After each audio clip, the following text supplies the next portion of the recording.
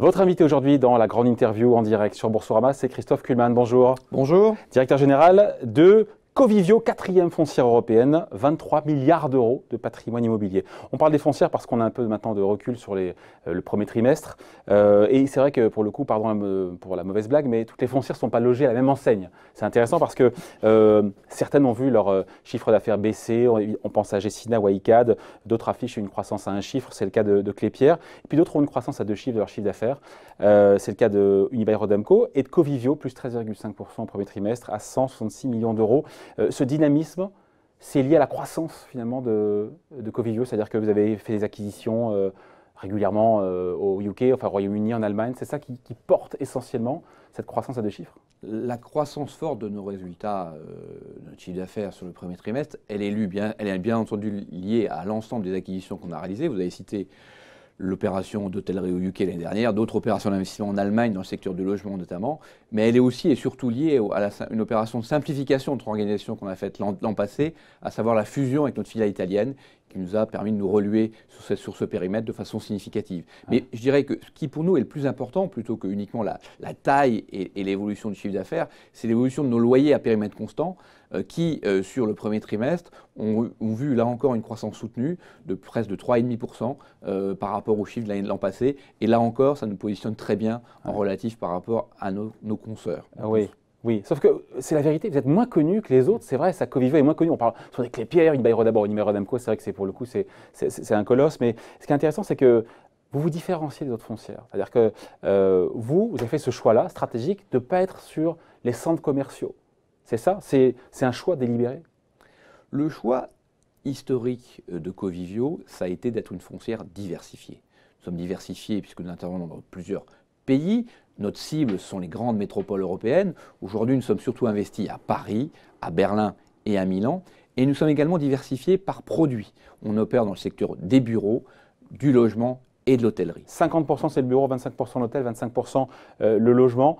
On peut dire que vous êtes plus diversifié qu'un Unibail-Rodamco, qu'un Klépierre. C'est ça la réalité? On est beaucoup plus diversifié. Aujourd'hui, on est une des 2 seules grandes foncières européennes diversifiées sur plusieurs pays et sur plusieurs produits. Il y a une autre société qui est plutôt allemande, en fait, qui est surtout allemande, qui s'appelle Aroundtown, qui a fait un choix un peu comparable. Les autres grandes foncières européennes ont fait plutôt le choix de se focaliser soit sur un pays, soit sur un produit. Faire le pari de l'hôtellerie à l'heure du boom d'Airbnb, c'est pas risqué, c'est vraiment un segment qui est toujours si profitable, l'hôtellerie, malgré cette pression écoutez, d'Airbnb. Airbnb, ça a été un aiguillon pour l'hôtellerie, clairement important. Mais ce qui est surtout important dans ce secteur de l'hôtellerie, c'est l'évolution de la demande. La demande, elle a explosé et elle continuera à grandir. Si vous regardez toutes les perspectives aujourd'hui d'arrivée touristique, notamment en Europe, elles sont très favorables. Et l'indicateur principal pour mesurer ça, c'est l'évolution du RevPAR, du revenu par chambre des hôtels, qui est en croissance régulière de 3 à 5% sur les dernières années. Et donc pas d'impact? Pas d'impact direct. Dans les grandes métropoles? Parce qu'aujourd'hui, Airbnb, bien sûr, a pris une part significative de la demande. Mais la demande a plus augmenté que l'offre, y compris de l'offre.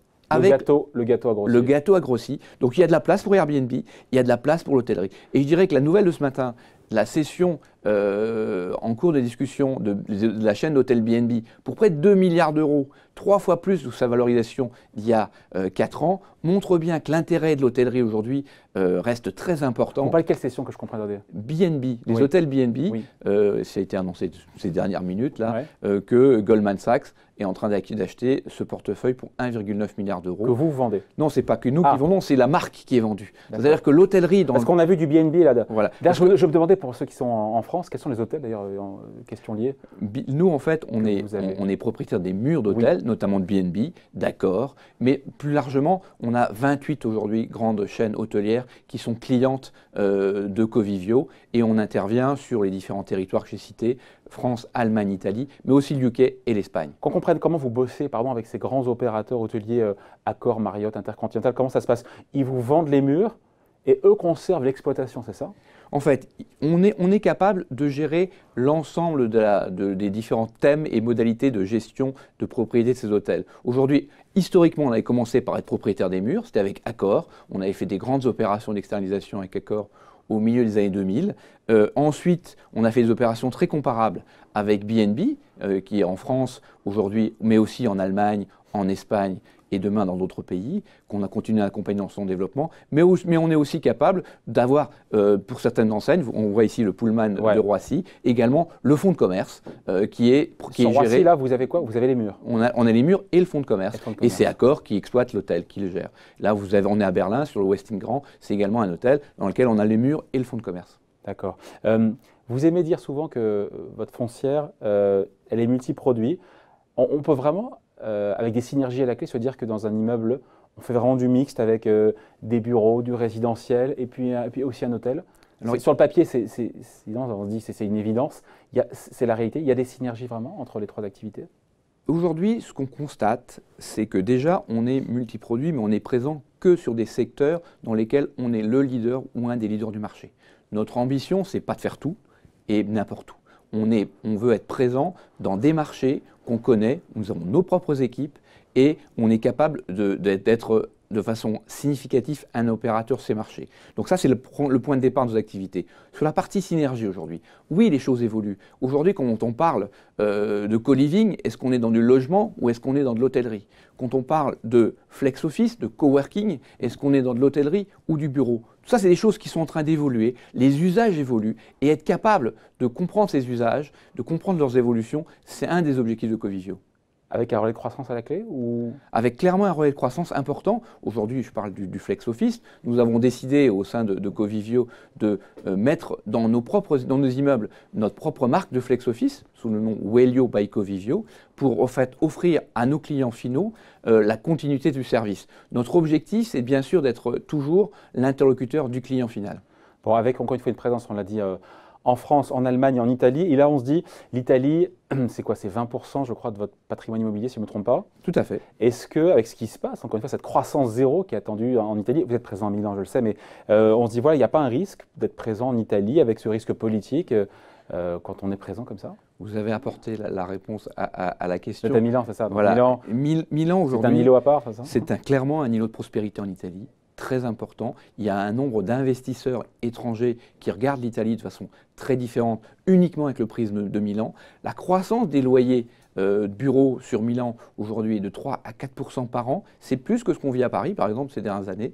Pourquoi? Parce que c'est un marché qui est étroit, pour lequel il y a eu peu de produits neufs qui ont été mis en place sur le marché ces dernières années. Nous avons une très bonne équipe sur Milan et nous continuons à nous développer. Vous avez ici l'immeuble Symbiosis, par exemple, qui est une zone qui est située au sud de Milan, en face de la Fondation Prada, où nous développons un grand pipeline de projets avec près de 125 000 m² qui seront progressivement délivrés sur ce marché. Justement, Christophe Kuhlmann nous parlait du pipeline.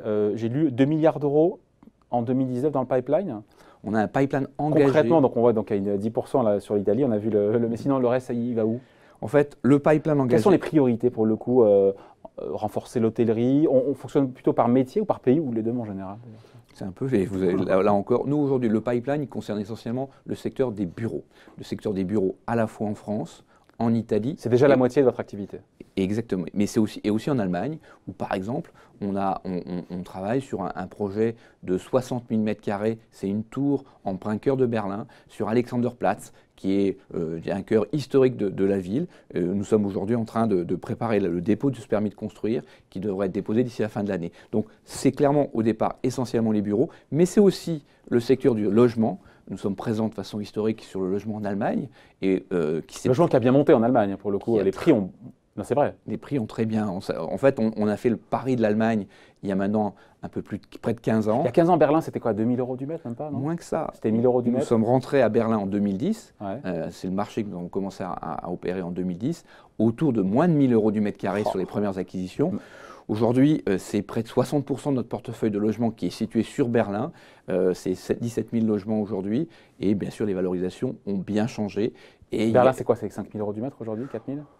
peu près 5 000 € du mètre, à peu près. C'est à peu près ça ce qu'on constate aujourd'hui sur les ventes à l'unité. Mais en fait, le sentiment qu'on a, c'est que ça va continuer à progresser. Donc on a aujourd'hui un pipeline de projets de construction sur Berlin de près de 700 millions d'euros de logements qui seront livrés dans les 5 prochaines années. Donc ça nous fait 1 milliard entre les deux, entre l'Allemagne et l'Italie, là. Il nous reste encore un petit milliard. Ben, le reste, c'est la France, en fait. C'est avec beaucoup de projets de développement en France immobilier. Notamment, je pourrais citer un exemple, on va lancer au cours de second semestre la transformation complète, la reconstruction de l'ancien siège de Citroën qui est situé au bord du périphérique Porte de Saint-Ouen, une opération que nous avons achetée il y a quelques années, que nous allons donc démolir et reconstruire un immeuble de 25 000 m² de bureaux aux portes de Paris. On a également beaucoup d'opérations que vous voyez défiler derrière moi, notamment une opération à Montrouge, c'est aussi 25 000 m² qui est en cours de construction et dont nous avons annoncé il y a quelques semaines la location intégrale au groupe EDF 1 an et demi avant la livraison. Donc en fait, pour nous, aujourd'hui, on a un pipeline de projets important. C'est clairement pour nous la principale façon d'investir dans le bureau en France aujourd'hui, parce que les prix ont beaucoup monté et on a la capacité de créer de la valeur aujourd'hui au travers de notre capacité interne de développement. Même avec des prix chers, avec des prix élevés. Ben, oui, parce qu'en fait, c'est ce qui se pose. Aujourd'hui, on développe, par exemple, sur ce site. Il y a des moments où vous hésitez, vous dites quand même là au mètre carré, c'est cher. C'est pour ça qu'il faut faire du développement. Montrouge, aujourd'hui, on développe cette opération sur la base d'un rendement de 6,60%, alors que les valorisations aujourd'hui louées, livrées, on sera en dessous de 5%. Donc c'est clairement une façon pour nous de continuer à créer de la valeur et puis assurer aussi des produits qui correspondent aux besoins des clients d'aujourd'hui. Alors Covivio, évidemment, Christophe Kullmann, c'est coté en bourse. 8 milliards d'euros à peu près de capitalisation boursière. Vous êtes aussi gros, encore une fois, que Klépierre, que Gecina, mais moins connu. On parle plus d'eux que vous. Comment vous expliquez ça, ce déficit de notoriété? Écoutez, premièrement, on a changé de nom. Ce nom est nouveau, oui. Donc il faut qu'il. C'était la Foncière des Régions. C'était il y a un an. C'était il y a un rebranding. Donc en fait, on a donc décidé d'être un peu. Non, mais c'est délibéré de ne pas vouloir d'être moins exposé ou de. Non, c'est le résultat de notre histoire. On était aussi plus présent à l'étranger que les sociétés que vous avez évoquées, donc moins présent sur le territoire français. Et on a aujourd'hui clairement une société cotée et on est très heureux de communiquer et de promouvoir. Tout ça a été créé à Metz, hein, c'est ça? Le siège de l'entreprise est toujours à Metz, puisque au départ, l'histoire de Covivio, c'est l'histoire de l'externalisation des actifs immobiliers de la sidérurgie lorraine, si on va beaucoup plus loin. Et on est reparti de cette base pour faire un groupe européen diversifié. Ouais. Et encore une fois, loin de moi l'idée de faire de la génuflexion et de la flatterie, mais il faut quand même se rappeler que Christophe Kullmann, quand vous arrivez en 2001, c'est une boîte, c'est une foncière, il y a 100 millions d'euros. 100 millions d'euros de patrimoine. Aujourd'hui, il y a 23 milliards, donc c'est votre œuvre. C'est une œuvre collective. Non, bien sûr, non, mais vous n'êtes pas arrivé, ça y est, il y a 20 milliards, je gère la rente, quoi. Mais non, je pense que c'est un travail d'équipe. J'ai beaucoup de plaisir, moi, à diriger cette entreprise depuis 2001 et de continuer à pousser les équipes à se dépasser et à continuer à créer de la valeur, puisque ça, c'est clairement notre objectif sur le long terme. On a la chance d'avoir aussi le soutien d'actionnaires institutionnels qui nous accompagnent dans la durée. La répartition du capital actuel de Covivio, c'est 26% l'élan del Vecchio, c'est 8%, trois assureurs qui ont chacun 8% du capital créé que l'assurance Covea et les assurances du Crédit Mutuel, et c'est un flottant de 50%. Cet équilibre-là, je dirais, c'est le bon équilibre. Il fonctionne très très bien. Il nous permet d'avoir une grande stabilité dans l'animation de la société, des objectifs aussi, de l'exigence de la part de nos grands actionnaires, et puis le marché, qui est bien sûr essentiel pour nous. À quand les 30 milliards d'euros de patrimoine? C'est un objectif qu'on se fixe quand on est patron d'une boîte comme ça. On se dit, on est à 23 aujourd'hui, et on sera à 30 dans 2025, dans 5 ans. On travaille en permanence sur bien sûr des plans, des perspectives, etc. Après, la question, c'est toujours de gérer aussi l'équilibre économique de l'entreprise, l'équilibre financier, faire face au cycle immobilier. On a un métier de l'immobilier qui a des cycles. Aujourd'hui, clairement, les valorisations sont intéressantes. Il faut faire attention à ne pas aller trop vite. On a pris le choix délibéré. Vous avez en tête déjà le retournement un jour potentiel du cycle?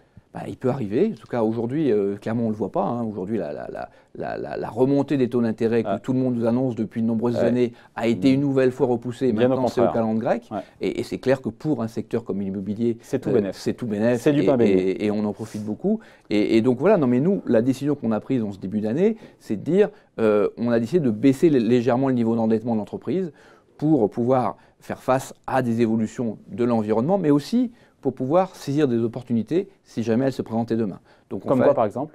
comme faire une nouvelle opération d'acquisition significative si jamais elle était nécessaire sans avoir systématiquement et de façon forte à solliciter le marché. Et donc, on a par exemple décidé cette année de proposer le paiement de nos dividendes en actions à nos actionnaires. Et la période de souscription est en cours, puisque les actionnaires ont dû recevoir ces derniers jours leur lettre. Et je rappelle que le prix de souscription, c'est 81 €, quand le cours actuel est de 93 €. Ouais.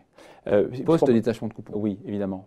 Puisqu'on parle des actionnaires, c'est intéressant parce que il fait bon vivre quand on est actionnaire de Covivio. J'ai regardé un petit peu. On est quasiment plus haut historique, 16% depuis le début de l'année, 27% de haut sur 3 ans, 41% sur 5 ans.